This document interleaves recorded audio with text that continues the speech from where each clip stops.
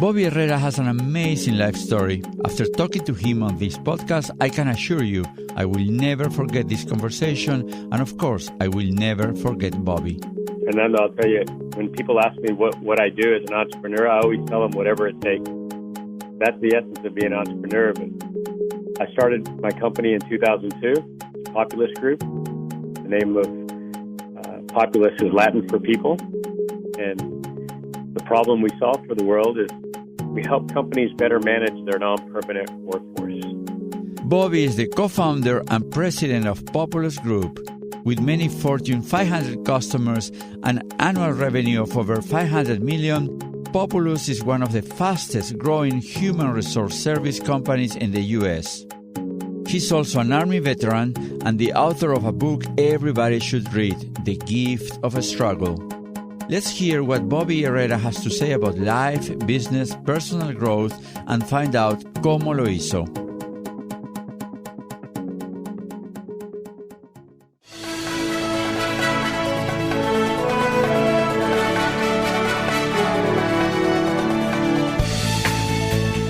Éxito. Success. Hábitos. Habits. ¿Cómo lo hizo? How do they make it? Descubra las costumbres y secretos de los triunfadores. Discover the habits and the secrets of those who have succeeded.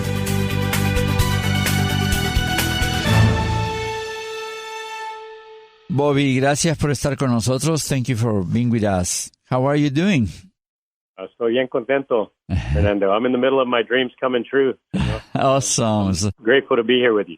Keep dreaming, man. Don't ever wake up. Enjoy it. So tell us what you do as an entrepreneur. What kind of business you are in? You know, Fernando, I'll tell you, when people ask me what I do as an entrepreneur, I always tell them whatever it takes. And because that's the essence of being an entrepreneur. But I started my company in 2002, Populus Group. The name of Populus is Latin for people. And the problem we solve for the world is, you know, we help companies better manage their non-permanent workforce. So it's a niche HR services firm, and we've been very blessed. It's a national company, and we've been very blessed to earn the trust of many Fortune 100, Fortune 500 companies throughout the United States. And I'm incredibly grateful for that trust they've extended us for many years. So you go B2B, business to business. You got it. All right. So how did everything start in your early life in terms of, are you born here or some other place? So I'll tell you a little bit about like my personal story, and then I'll tell you, I think, how my journey, my entrepreneurial journey started. But you know, I'm the son of a bracero from Mexico. I was the first one, number 11, born in the United States. And I didn't speak English until I was 7, Fernando. Wow. And then, you know, there's 13 of us. I have 7 brothers and 5 sisters. And I grew up in southeast New Mexico in a small ranch and oil community. And you know, I grew up there, and I grew up in a migrant farm working family. So we would travel, you know, state to state, and I watched many of my older siblings and my brothers and sisters and my mom and dad work real hard in the sugar beet fields and the onions and chicken potatoes. And wow, they were braceros, huh? Yeah, you know, my dad was a bracero, and then when he brought the family over before I was born, my family was a migrant farm working family, and I grew up in the fields, you know, working and roaming the fields, and then later on joining my family by working in the fields. And then when I was 18, I raised my hand and joined the Army before school. Mm-hmm. When I got out, I went to college and started my professional journey after that. And then my entrepreneurial journey started in 2002. That's amazing. I mean, I was thinking about all what you went through because, I mean, you were 13 siblings and your parents were in the field, and I know that's a tough thing to do, very difficult. And nevertheless, you got to this point. So did you have a mentor? Well, Fernando, I had my family, I always tell people we were short on money, but we had a surplus of love, and, both good family love and tough love. And, I was born into struggle, and struggle was the only constant theme in my family story for a long time. And probably my first true entrepreneurial mentor was my older sister. And I remember she had gone off and she started a women's clothing store. She started a couple of hair salons, and everyone else in my family had gone on to either work in blue collar, or some had made some bad choices, and but others, they were trying to take control of their story. They were either trying to go to school or do something. Like most Latino families were second generation, and we work hard, but we haven't really at that time learned how to be entrepreneurs. And I started watching my older sister do it, and she was probably my first real mentor without knowing what a mentor really was back then. You were struggling during your early life. I was reading your book, which I'm going to highly recommend it, The Gift of a Struggle. I am a reader. I love to read. So, when you have experience in something, you are more like exigente, you want, I don't like this book, you throw it away. But your book, I really like it. And I was reading it, and even chapter 1, the bus story. And that bus story is so moving because it's such a deep teaching about what you went through and how were you always open to learn. Why don't you tell us briefly about what happened in that bus? Sure. Well, Fernando, when people ask me how my entrepreneurial journey started, I tell them it started with a kind act. And that's the bus story, the first chapter in the book, The Gift of Struggle. Mm-hmm. And, when I was 17 years old, my brother Ed and I, we were on a return trip home from a basketball game. And along the way, we stopped for dinner. And everyone unloaded off the bus, except for me and my brother Ed. Because at that point in time, we didn't have the means to play sports and afford dinner. It's just the way life was for us. And so a few moments after the team unloaded, one of the dads to the other players, he stepped on board the bus. And I remember Fernando, he walked towards the back of the bus, and he teased me a little bit because my younger brother Ed was a better basketball player, and he had outscored me that night. And then he said something to me that I will always remember. He said, "Bobby, it would make me very happy if you would allow me to buy you boys dinner so that you and Ed can join the rest of the team. Nobody else has to know. All you have to do to thank me is do the same thing for another great kid just like you in the future." And I'll never forget how I felt at that moment. And, even though at that point in my life I had no idea what I was going to do, I knew that I wanted to join the Army a year later.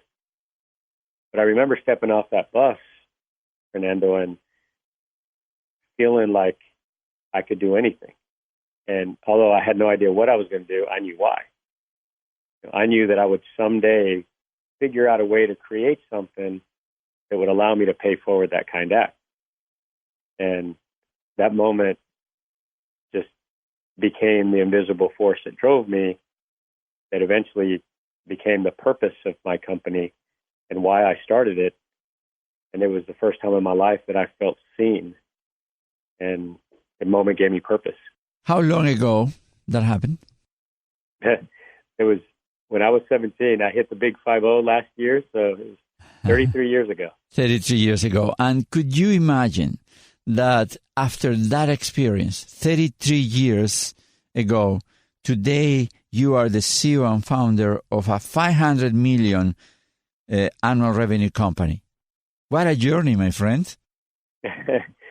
Never in my wildest dreams would have I imagined that then, because to me, that was the first step, and I think as I reflect back on that moment, there's something I really want to share with you and highlight for your listeners, because that moment on the bus, it's packed with lessons, kindness. And, I often, when I speak and when I share stories, that moment taught me that one of the most important parts of leadership is seeing and encouraging potential. And that was the first time in my life that I felt seen. But there was something different about this man that came on board the bus that night. Fernando, he was a very successful businessman in the community. And at that point in my life, the story that I told myself was that people like him, they don't see kids like me. And not only did he teach me that I was wrong, but he showed me with one kind act that I too someday could make a difference. Mm-hmm. And ultimately, at the heart of entrepreneurism, at the heart of leadership, is making a difference. And that moment gave me something that I could believe in, that I could pursue. And as I reflect back on that moment and that act of kindness, it became the thing I was striving to do in my life, and why I wanted to build my company many years later, to pay forward that kind of act. I have so many questions, so inspiring. I love that moment, that story about the bus, because there are key moments in your life that change your future forever, and you were able to absorb that moment. And that's important, because we go through life experiencing so many moments, facts, situations, but we don't absorb because we are not mindful. We don't exercise the mindfulness. But you had that quality that probably is a blessing, or you had it from your parents or whatever, but you were able to remember that moment that was pivotal in the rest of your life. Also, in the book, you talk about struggle, because I think struggle is something that is ever and existing in our life. We always struggle in some moment in our life, if not always. So you define a struggle to strive to achieve or attain something in the face of difficulty or resistance. Did you come up with that definition? I think it's a dictionary definition, but could you go deeper into that? Yeah, that's the technical definition, Fernando. However, I want to go back to give a little bit of context on that. A year after that moment on the bus is when I joined the Army. And now talk about why I joined the Army. When I was in the book, in the book, it towards the back, and I connect the stories there. Mm-hmm. But it was about 3 weeks into basic training, I joined the Army, and I remember it was late at night. I was polishing my boots by flashlight, and it was about 11:30 p.m. And all around me, I could hear the other soldiers. Se estaban quejando. They were all complaining about the night that had no end, and the morning that was going to come way too soon. And I remember sitting there as I was listening to my fellow soldiers, and I was thinking to myself, like, I've been waking up in the wee hours of the morning to work in the cotton fields since I was a very young age, and then watching my family do that when I was even younger. I know what it's like not to have any money or very little free time, because we were always working. And I had been asked to leave the table just because of the color of my skin, and I experienced blatant racism. And so I remember for the first time in my life, Fernando, thinking, there's nothing that the drill sergeants and that I can go through here in basic training, there's nothing that they can do or say to me that I haven't somehow faced or been through something even more difficult. And for the first time in my life, I started reframing my struggle. And that's where I started really developing